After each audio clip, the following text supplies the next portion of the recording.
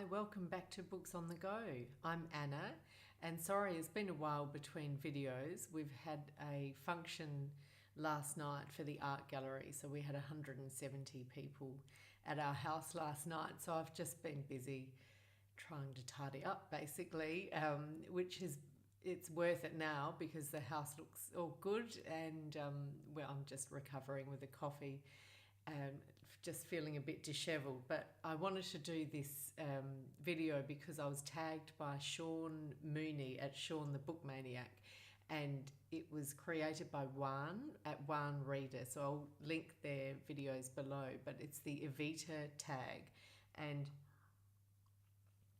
so from the musical, and Waugh does this amazing singing of the songs that have then inspired him to find book choices, and I won't be singing, you'll be relieved to hear, but I thought I would do it today, and I've actually had a lot of fun but been very indecisive, I think because I'm a bit tired about which books to choose, but let's get into it and see how it goes.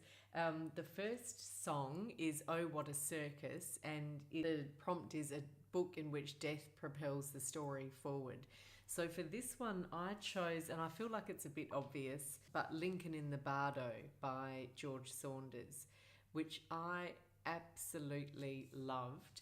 As I said, a bit obvious because it won the Booker Prize, it won the Folio Prize, but yeah, I just found this absolutely wonderful. I read it in a haze. I think we were in Hong Kong and I was jet lagged, and so I got up in the middle of the night and just read it, and so it almost suited the book, I think, reading it in that sort of in those circumstances, because it's set in, so this is the story of Abraham Lincoln and his son Willie Lincoln, who died at age 11, and that is the driver for the story, and he goes into a crypt, and then Abraham Lincoln went to visit the coffin, I think once or twice, and that sparked the idea for the story, and it's set in the crypt, and what he has done is create this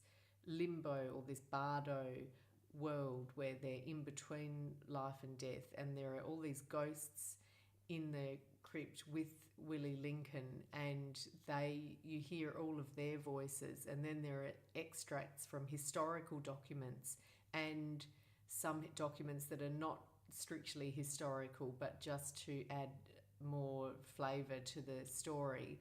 And initially I struggled with that style because I was trying to work out, what's that? Is that a bit of history? Is that real, or is that made up, or how does that fit in? But I think partly with my jet lag and partly because the writing's so strong, I just ended up not even worrying about that and just enjoying it, and really, really got swept up in it. I love the humour, I love the profound thoughts about death and what that means and the impact that it has for the people left behind. But done with a light touch, and yeah, just absolutely enjoyed it. It was like going on a fabulous ride. I thought you're just being taken away by someone who's completely at the top of their game. So really loved that. If you haven't read it, I highly recommend it, and also his short stories. But that was a great discovery for me, Lincoln in the Bardo. The second one is Buenos Aires, a book in which the setting or atmosphere play a crucial role. And one of the ones I had for this was The Lost Man by Jane Harper, which is set in outback Australia, and the setting is really part of the story, and I highly recommend that if you like crime. Jane Harper is an Australian author who's, I think, going from strength to strength, and very much that The Lost Man, the setting, is a feature of that one. I won't say any more, but I don't have that book with me, so I picked this one, Travelling in a Strange Land by David Park, which we've just done on the Books on the Go podcast, and I had never heard of him, I'm embarrassed to say, but Amanda picked it out, and it's about a man who's driving to go and collect his son from Sunderland in the UK. He's driving over from Ireland because it's very snowy and so the airports have closed. So he drives along, so it's a sort of, that's the journey, but really it's about his internal journey. And while he's driving, he's thinking, and he starts to think about his other son Daniel. So you hear a little bit about Daniel and you get the sense that something traumatic has happened, but you're not sure what it is. And he sort of circles around and then he comes to it, and then you hear more of that story, and it really picks up the pace, and then it becomes much more about that story and less concerned with the surroundings. But the first sort of third or first half, it's very, very atmospheric with the snow and the impact that has on him in terms of driving and all sorts of things. And it really evokes the feel of being in a cold climate where visibility is not necessarily good and the snow is quite prohibitive. It stops people doing a lot of other, it blocks some of the roads and stops people driving, and they're told not to drive unless it's necessity and things like that. And initially I thought, I wish the story would really get going a bit, but actually once you read, and it's only a short book, but once you get to the end, you realise that snowy atmosphere is actually a very clever way of almost being a metaphor for his mind being a bit clouded and a bit not wanting to, him focusing on the snows, him actually not wanting to confront what's really on his mind, and he'd rather just describe and think about what's happening outside the car and not confront his memories. I think that's sort of my reading of it, but it really is very clever, and it gives you that feeling without realising it, and then it does develop more and more into he comes to terms with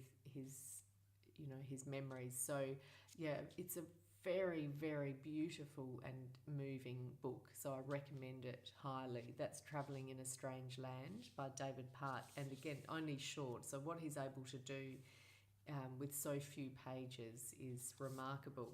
And the next prompt is A New Argentina, and it's a book revolving around power or politics. So this one I've picked off my TBR shelf, and I'm hoping that because we'll talk about it, it will help me make sure that I read it soon.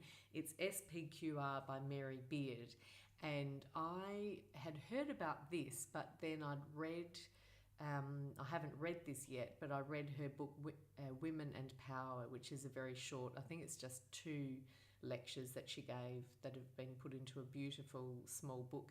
And I love her writing style. It's very engaging, obviously very knowledgeable. She's a professor of history, and that's probably not her full title. She's very decorated and highly esteemed, but her writing style is quite, it's very engaging and not too heavy-handed or pompous or anything like that. So it's approachable, which I love, but also you know that you're in the hands of someone who really knows what they're talking about. And it's not, as one of the reviews here said, it's not dumbed down, but it is still just very accessible. So this one is all about ancient Rome. So I think that's all about power and politics, but also what's interesting apparently that she does with this book is you can then look at it from the perspective of today and how ancient Rome is still influencing how we think today about power, politics, and being a world citizen, and how countries rise to power or fall. So I can't say much more about it because I haven't read it yet, and it is big, so I haven't found the right time, but I'm very keen to read it, so I will report back once I do. That's SPQR. And then Don't Cry For Me, Argentina, and Juan did the most beautiful rendition of that song. I do recommend checking out his video below, and the prompt is a classic book. So I was completely indecisive because there were obviously quite a few that you could talk about. So I've just picked up this one, To the Lighthouse by Virginia Woolf, and I was thinking about it in terms of what makes a book a classic. And I think what she does beautifully in this book is it's telling something true or observing truthfully something about the human condition, and in this case it's very much about family dynamics. So it's Mr. and Mrs. Ramsay, and they're staying at the Isle of Skye, and they're meant to be taking the children to the Lighthouse, and then that gets postponed, and that's the leaping off point. But then through that you see the very nuanced dynamics between the husband and the wife, and how the children relate to both the parents, and they have a couple of visitors as well. And it's just, I came to it thinking Virginia Woolf would be quite, I don't know, because she's so renowned and classic and everything, I was a bit intimidated, and it's so readable. I really do recommend it. You know, you feel like you're there. So I think one of the things with books that are strong enough to become classics is they really firmly set the scene, and they have characters who you empathise with, even if you don't like them, or, you know, she has a sense of humour, and it's just, yeah, really, really readable. And some of the prose as well. I mean, I think what elevates it beyond just a good read is that some of her prose is just luminous, and there are some sentences in there that are, you know, heartbreaking. Really, really, her way with words is sort of virtuoso, I think. So I just picked that one. I could have picked some others, but I really love that, and I've still got a couple to read. So Orlando I still haven't read, for example, which I'm keen to get to this year. So that will be another one on my TBR. The next prompt is Rainbow High, and it's a book that is majestic or grandiose. So for this one, I have Questioning Minds by Guy Davenport and Hugh Kenner. So it's the correspondence between them, edited by Edward M. Burns. And I was given this by my husband for Christmas, and initially thought, wow, that looks like something I'll never actually be able to read because it's so enormous. But I read a review by someone in the Washington Post who said, because I'm not familiar, that was the other thing, I wasn't familiar with Guy Davenport and Hugh Kenner or their work, but he was describing how they were polymaths, and this is their correspondence in the 1950s and 60s, and they talk about art, literature, modern inventions, so from things like the typewriter to the telephone. They critique modernism, and apparently, and I haven't read it yet, I can't confirm, but apparently their letters themselves are works of art because they had such a fabulous writing style, and lots of anecdotes, lots of gossip. And then I think Edward Burns has filled in some of the names and the references, which makes it, which adds another element to the work.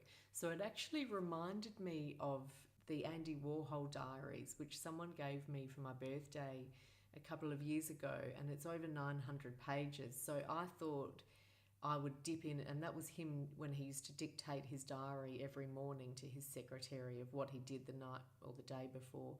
And I thought I'll just dip in and out of that. And it was so compelling and such a well-edited and interesting journey to see Andy Warhol, how he lived, and his commentary on people around him, and how people that you'd read about that he went out with at a party one day, and then you'd get to a year later and then he'd see them again. You actually follow, like a fly on the wall, his life, and I found that really compelling.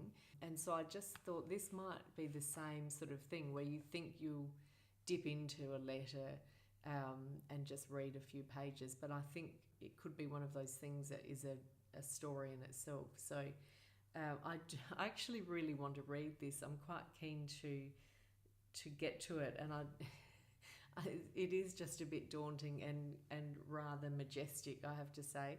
So that's questioning minds. I'll think of a way to tackle it, and I'll let you know how I'm going with it.